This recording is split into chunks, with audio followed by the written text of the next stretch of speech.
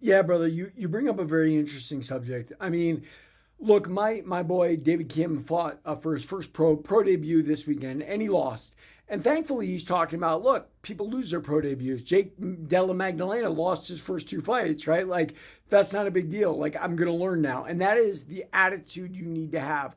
I don't believe losses are bad. I believe losses teach us about where we are and where we need to be, and I think that's the way David's taking it.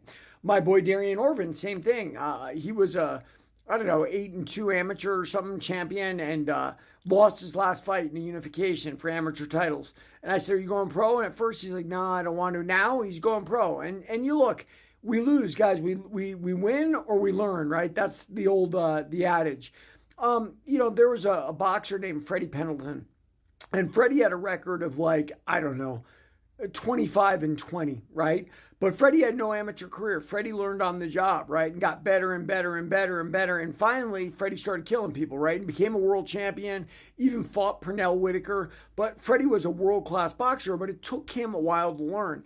And, martial arts, combat sports, boxing, MMA are the only sports where you can choose your opponents, right? Like in the NFL and the NBA and every other major sports league, you're fighting who's in front of you. You're playing against who's in front of you, right? MMA is not like that. So consequently, a bunch of bad things happen. Like you can get annihilated like Freddie Pendleton did, right? Like early on learning your trade.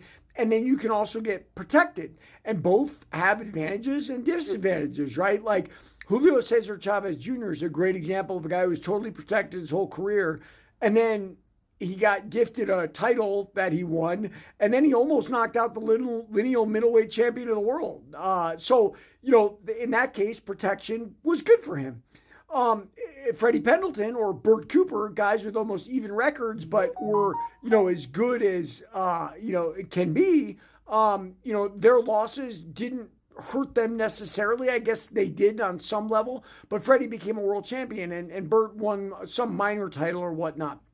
I guess is a long way of saying that, like, your record doesn't mean anything. It's who you're fighting, right? Like, and at the time you fight them, right? Like, you may lose to someone today that in 5 years you'll beat, right? So everything becomes timing in fighting. That's all it is, really, and styles and matching and everything else, whether you're protected or whether you're thrown to the wolves, so to speak. And it's how you react to those losses. And my boys, Darian and David, are reacting well, right? They know, like, hey, this doesn't mean anything. I know I got more in me. And they do. So it's just about going back to the drawing board, training harder, getting better. And losses sometimes show us what we need to see. Like I've told David a million times, you got to spar hard. I didn't tell that to Darian a million times, but he knows how I feel. Maybe they'll spar hard now. I don't know. Maybe they'll do something else. We'll see. Everybody read my book, Warrior of the